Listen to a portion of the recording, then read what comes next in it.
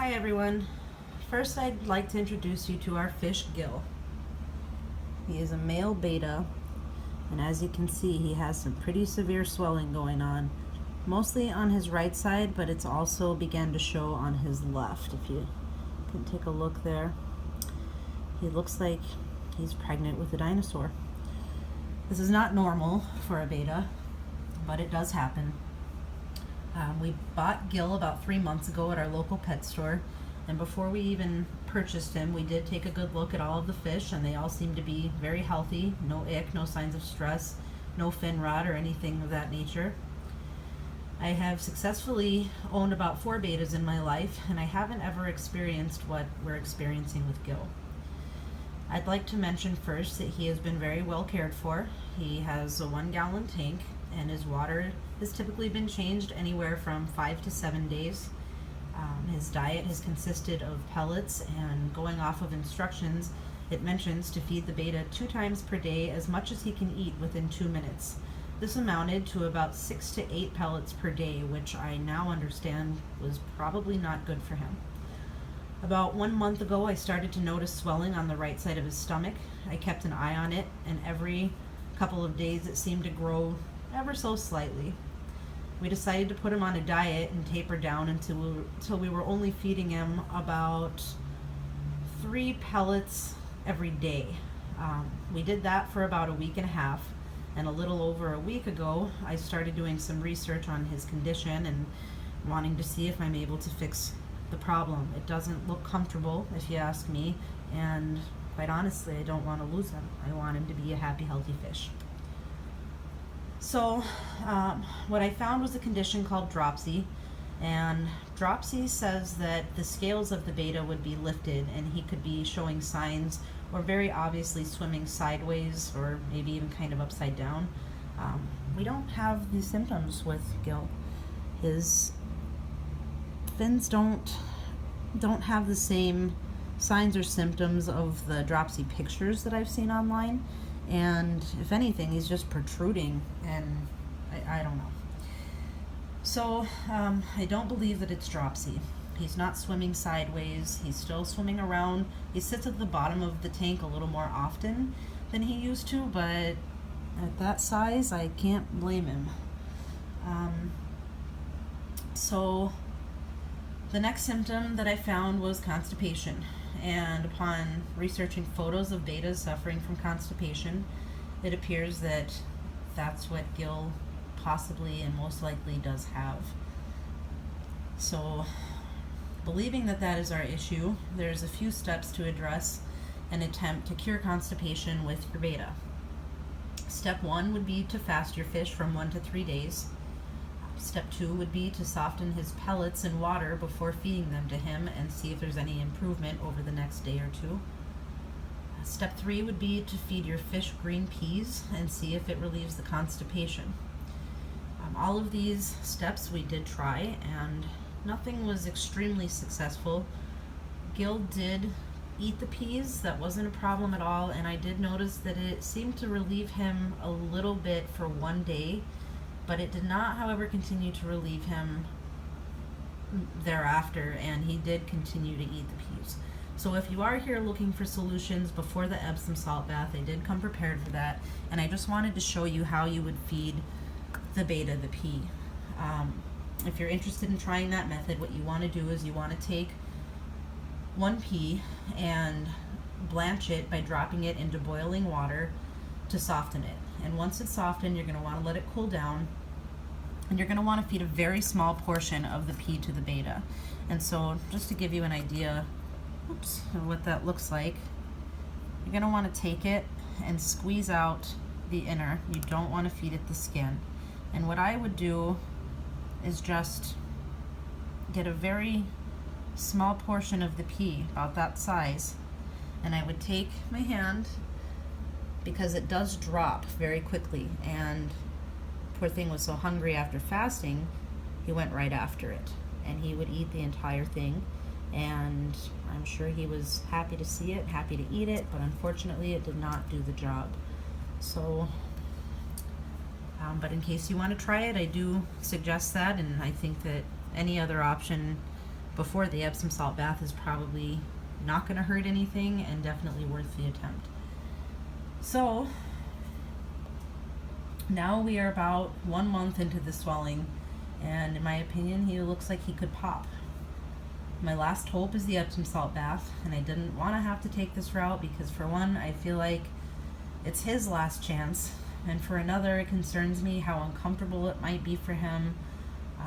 While I've watched other videos on betta owners successfully complete the process, I do realize that there's a chance that it may not work, and I'm really hoping that he'll conquer this and be back to his old self.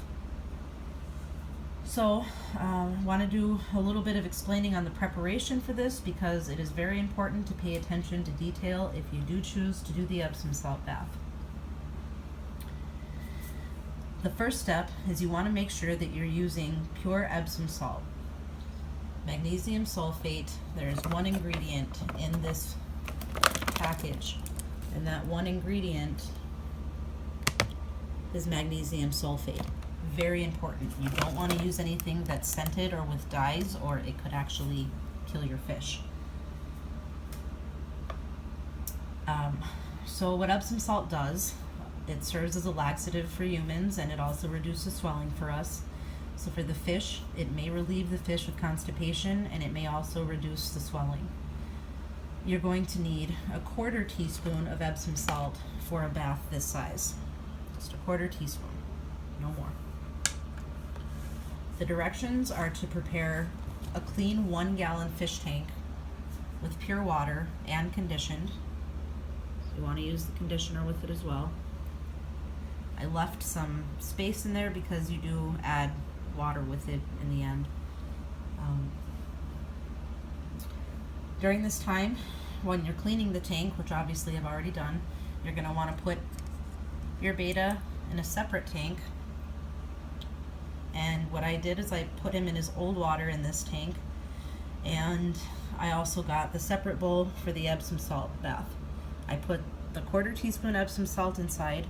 I stirred it up, and it's very important, you want to make sure that it is fully disintegrated before you go any further with it. I then placed Gil in his little cup into the tank just to acclimate him to the temperature. I left him in there for about 10 minutes prior to making this video. You then will place the fish into the Epsom salt while keeping water. You want about 3/4 of this water remaining in this cup, because this is going to serve as your revive tank thereafter. So what I'm going to do, because it's kind of hard to get him to cooperate with that, is I'm going to put that amount of water in this dish.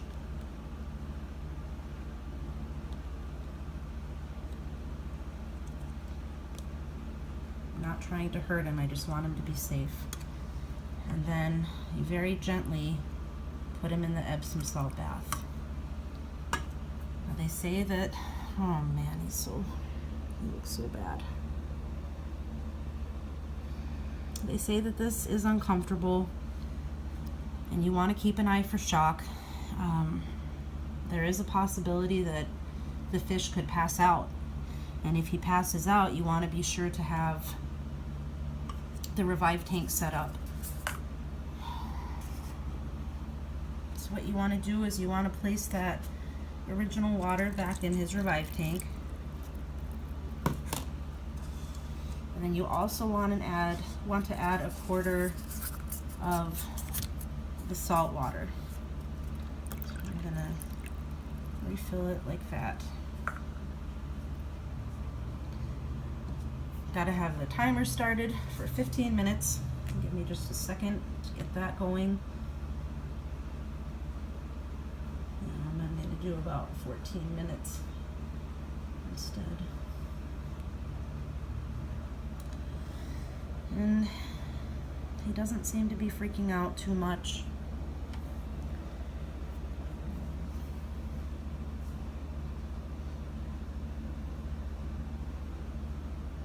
I know this is a very long video. I'm not going to make you suffer through the full 15 minutes, but I really wanted to go over the importance of all the steps and everything you can do to try to help your betta before doing the Epsom salt bath.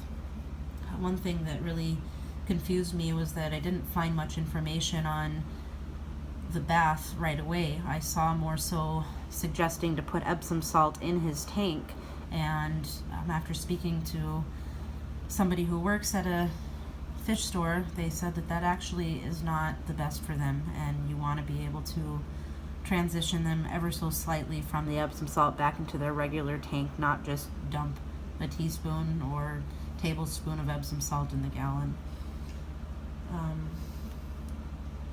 So another thing that I want to mention is that it's very important that you differentiate whether your betta has a severe case of swelling or if it is a less severe case of swelling. In a less severe case, you will only do the bath for 10 minutes. In a severe case, the bath needs to be the 15 minutes, but not a minute longer. It will stress your betta, and there's, again, also a chance he could pass out, so do not leave your betta unattended during this process. If he passes out, it's important that you remove him immediately. That's why I have my net handy here. You want to remove him immediately and place him into his revived tank. You'll leave him there for 2 to 5 minutes, and then you're going to want to put him directly back into his home. Unfortunately, that means that he wasn't able to sustain the changes, and you want to hold off on doing that until he's able to acclimate, which you can try it again, but they suggest waiting a few days before you take that route. So again, a little bit for preventative maintenance, from what I understand, is to soak the dry pellets. That can really be an issue for bloating, swelling, and constipation.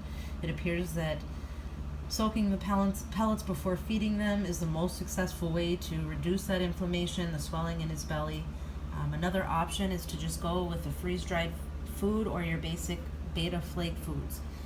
The reason that I have chosen to stick with the pellets at this time is because my betta does not eat the flakes. He will not eat them at all.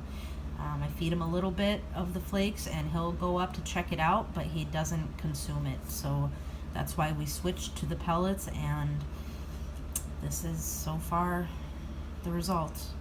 So wish me luck. I'm gonna keep an eye on that timer, keep an eye on my betta, and I am gonna do a follow-up as soon as my 15 minutes are up. So thank you, and please view the other video if you're interested to see the outcome.